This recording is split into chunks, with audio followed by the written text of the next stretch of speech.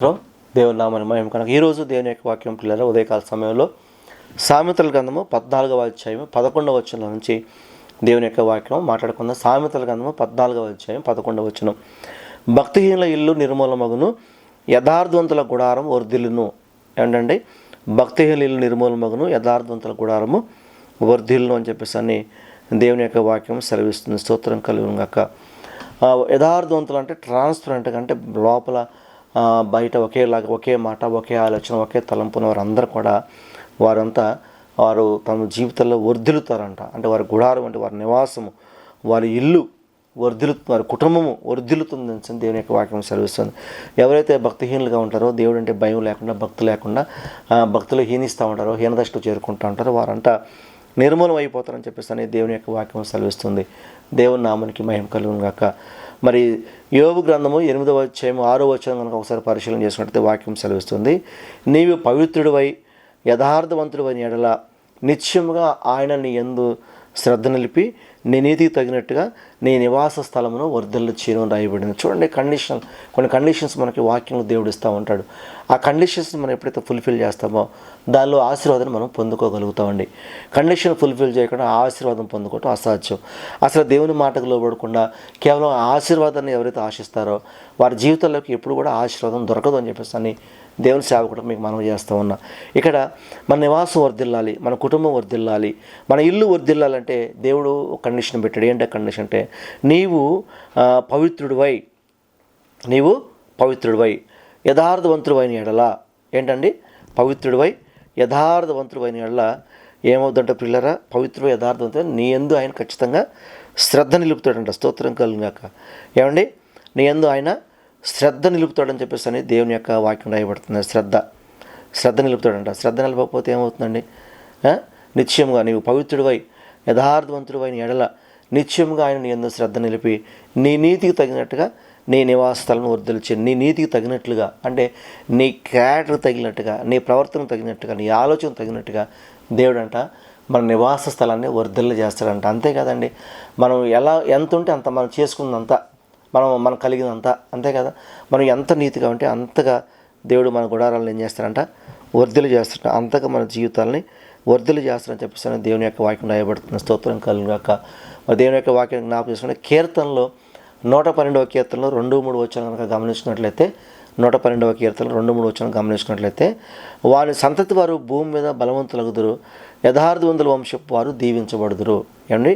యథార్థవంతుల వంశపు వారు ఏమవుతారంట? దీవించబడతారంట. కలిమియు సంపదయు వాని ఇంట నుండును, వాని నీతి నిత్యము నిలుచును. స్తోత్రం కలుగును గాక.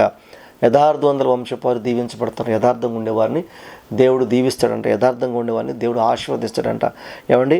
కలిమి సంపద వారి ఇంట నుండి వారి నీతి నిత్యం నిలుచును అని చెప్పేసి అని దేవుని యొక్క వాక్యం రాయబడుతుంది. కనుక పిల్లరా, ఉదయకాల సమయంలో దేవుని యొక్క ఆశీర్వాదం మన ఇంట్లో ఉండాలంటే, మన నివాస స్థలం వర్ధిల్లాలంటే, మన కుటుంబం వర్ధిల్లాలంటే, ఏమండి మన యొక్క గృహం వర్ధిల్లాలంటే మనం ఎలా ఉండాలి? యథార్థవంతులుగా ఉండాలి, నీతిమంతులంగా ఉండాలి. అట్లా ఉన్నప్పుడు దేవుడు మన నీతికి తగినట్టుగా మన నివాస స్థలాన్ని వర్ధిల్లు చేస్తాడని చెప్పేసి అని దేవుని యొక్క వాక్యం రాయబడుతుంది. స్తోత్రం కలుగును గాక. మరొక మాట మనం గమనించుకుంటాం. మత్తయి సువార్తలో నుంచి దేవుని యొక్క వాక్యం ధ్యానం చేసుకుని మత్తయి సువార్త 7వ అధ్యాయం 26-27 వచనాలు చూసుకుంటే యేసుప్రభు వారు ప్రసంగం చేస్తా 2 గృహాల గురించి చెప్పారు. ఒకటేమో బండ మీద కట్టబడిన గృహం, రెండోదేమో ఇసుక మీద, నేల మీద కట్టబడిన గృహంగా చెప్తా ఉన్నారు. చివరి భాగానికి వచ్చి ఏమంటారంటే మత్తయి సువార్త 7వ అధ్యాయం 26-27 వచనాలు ఏమని రాయబడిందంటే, మరియు ఈయన మాటలు విని వాటి చొప్పున చేయని ప్రతివాడు ఇసుక మీద తన ఇల్లు కట్టుకున్న బుద్ధిహీనుని పోలియుని. ఇసుక మీద కట్టుకుని వాడంట బుద్ధిహీనుడంట. వాడు ఎవడయ్యానంటే దేవుని మాట చొప్పున కాకుండా తన సొంత మాట ప్రకారం, సొంత ఆలోచన ప్రకారం వాడంట ఇసుక మీద ఉన్న ఇల్లు కట్టుకుని. ఇసుక మీద ఇల్లు కడితే ఎలా ఉంటుందని మనకు తెలుసు కదా. ఇసుకలో పునాది ఉండదు, ఇసుకలో ఆ గట్టితనం ఉండదు. ఇసుక ఏం చేస్తుందంటే గాలి వస్తే లేచిపోద్ది, ఇసుకలో ఊపితే ఊగిపోతూ ఉంటుంది. కాబట్టి ఇసుకలో కట్టబడిన ఇల్లు పునాదులు లేదు కాబట్టి దానిలో బలం ఉండకూడదు, అది బలహీనత మాత్రం ఉంటుంది అనమాట. అలాగే 27 వచనం రాయబడుతుంది, వాన కురిసిను, వరదలు వచ్చును, గాలి విసిరి ఆ ఇంటి మీద కొట్టెను, అప్పుడు అది కూలబడిను, దాని పాటు గొప్పదని చెప్పాడు. కూలబడిపోయిందంట. అలాగే దేవుని యొక్క వాక్యం సెలవుస్తే ఈయన మాటలు విని దాని ప్రకారం చేయవాడు నా మాటలు విని దాని ప్రకారం చేయడు, బండ మీద కట్టబడిన ఇల్లును పోలి ఉండని చెప్పేసి అని చెప్తాను. ఆ తర్వాత భాగం కనపడతాను. బండ అంటే ప్రభువుని యేసుక్రీస్తే. బండ గట్టితనంగా ఉంటుంది, పునాది అనమాట. అది ఆ బండని ఎవడు కూడా కదిలించలేడు. కాబట్టి ఉదయకాల సమయంలో నీ నివాసం వర్ధిల్లాలని అంటే బండైన క్రీస్తు మీద మన గృహం కట్టబడాలి, మన విశ్వాసం కట్టబడాలి, మన జీవితం కట్టబడాలి, మన గుడారం కట్టబడాలి, మన కుటుంబం కట్టబడాలి. ఎప్పుడైతే బండని క్రీస్తు మీద మనం కట్టబడతామో అప్పుడు స్థిరంగా ఉంటాం, అది వర్ధిల్లుతుంది. ఎందుకంటే ఆ బండకు పునాది ప్రభువుని యేసుక్రీస్తే కాబట్టి. అంటే ఆయన మాటల వల్ల, ఆయన ఆలోచన విధానం ద్వారా నీతితో మనం కట్టుకుంటాం కాబట్టి మనం వర్ధిల్లుతాం. అలా కాకుండా మన సొంత ఇష్ట ప్రకారం చేసేవాళ్ళు ఏమైపోతుంటే పాడైపోతాం, నిర్మూలం అయిపోతాం. అందుకే దేవుని యొక్క వాక్యం సెలవిస్తుంది ఏంటంటే యథార్థవంతుల గుడారం వర్ధిల్లును. కాబట్టి ఉదయకాల సమయంలో దేవుని యొక్క వాక్యం అంటే పిల్లరా, ఖచ్చితంగా దేవుడు మీ నివాస స్థలాన్ని వర్ధిల్లు చేయను గాక. దేవుడు మీ నివాస స్థలాన్ని మరి చక్కగా మీ కుటుంబాన్ని, మీ గృహాన్ని అద్భుతంగా దీవించును గాక. మీ ఇంట్లో ప్రభు సన్నిధి, పరిశుద్ధాత్మ దేవుని తన కృప నుంచి పరిశుద్ధాత్మ మీ ఇంట్లో సంచరించను గాక. మీకు మేలు కలుగును గాక. మీ అందరూ సంతోషాలతో సమృద్ధిగా వర్ధిల్లుదురు గాక. దేవుడి మాటలని, వాగ్దానాలని, దీవెనల్ని మీ జీవితాలు స్థిరపరచను గాక. కళ్ళు మూసుకుంటూ ప్రార్థన చేసుకుందామా?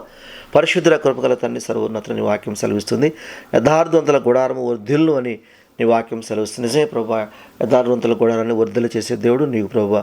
నాయన ఉదయకాల సమయంలో నీ వాక్యం ప్రతి ఒక్కరి జీవితాన్ని ఫలింపు చేసి మహిమ తెచ్చుకోమని, కృపతో నింపమని ప్రభువా, శక్తిని అనుగ్రహించమని స్తోత్రాలు చెల్లిస్తూ ఘనత మహిమ ప్రభావాలు మీకు అర్పించుకుంటూ ప్రతి గుడారాన్ని, ప్రతి జీవితాన్ని, ప్రతి హృదయాన్ని వర్ధలు చేసి మహిమ తెచ్చుకోమని యేసుక్రీస్తు వారి శ్రేష్టమైన నామం పేరిట ప్రార్థించి వేడుకుంటున్నాం తండ్రి.